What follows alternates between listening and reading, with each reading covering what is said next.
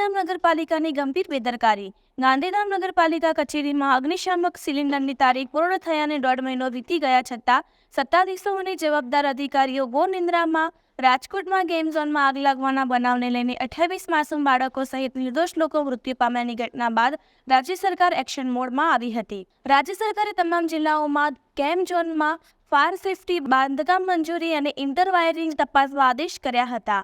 રાજકોટમાં આટલી મોટી દુર્ઘટના બન્યા છતાં પણ ગાંધીધામ નગરપાલિકાના સત્તાધીશો ઘોર નિંદ્રામાં છે। ગાંધીધામ શહેરના લોકોની સેફટી ઠીક, પરંતુ ખુદ નગરપાલિકાના અગ્નિશામક સિલિન્ડરની તારીખ પૂર્ણ થયા છતાં રિન્યૂ કરવાની પાલિકાની સત્તાધીશોએ રસ લીધો નથી। સત્તાધીશોની જાણે પાલિકામાં આવતા અરજદારોના જીવની પડી જ નથી, તેમ માત્ર પોતાના બચાવ માટે પાલિકામાં અગ્નિશામક સિલિન્ડર રાખી ચૂક્યા છે। ગયા મહિનાની 7 તારીખના અગ્નિશામક સિલિન્ડર તારીખ પૂર્ણ છતાં રિન્યૂ કરવામાં આવ્યા નથી। અગ્નિશામક સિલિન્ડરની તારીખ પૂર્ણ થયાને 1.5 મહિનો વીતી ગયા છતાં ગાંધીધામના જવાબદાર અધિકારીને આ બાબતે જાણ ન પડી કે પછી શું?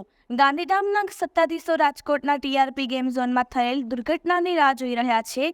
જોશી સમીપ હિંમતલાલભાઈ, વિરોધ પક્ષના નેતા, ગાંધીધામ નગરપાલિકા। જ્યાં સુધી ગાંધીધામ નગરપાલિકાનો વહીવટ આખોએ કથળી ગયેલો વહીવટ છે।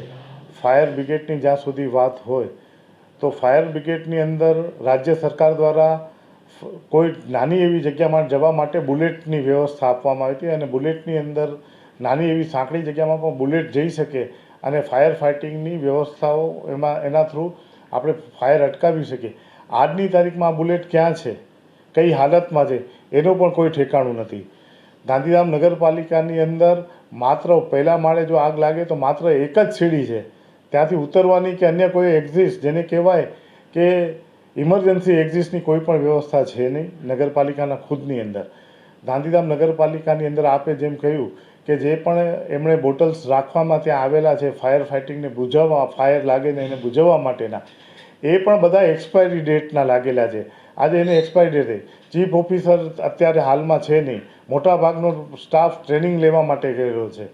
આજે ગાંધીધામ નગરપાલિકા નહીં, મામલતદાર કચેરી હોય કે કોઈ પણ જાહેર જગ્યા હોય કે કોર્ટ હોય, ક્યાંય પણ ફાયર ફાઇટિંગની સુવિધાઓની બાબતમાં સદંતર નિષ્કાળજી રાખવામાં આવી છે। જ્યાં પણ પબ્લિક મોટા ભાગે ભેગી થતી હોય છે એ તમામ જગ્યાઓની હાલત અત્યંત કફોડી છે અને તે માટેની કોઈ પણ સુવિધાઓ ઊભી કરવામાં આવી નથી, ન તો એ બાબતે જાગૃત છે।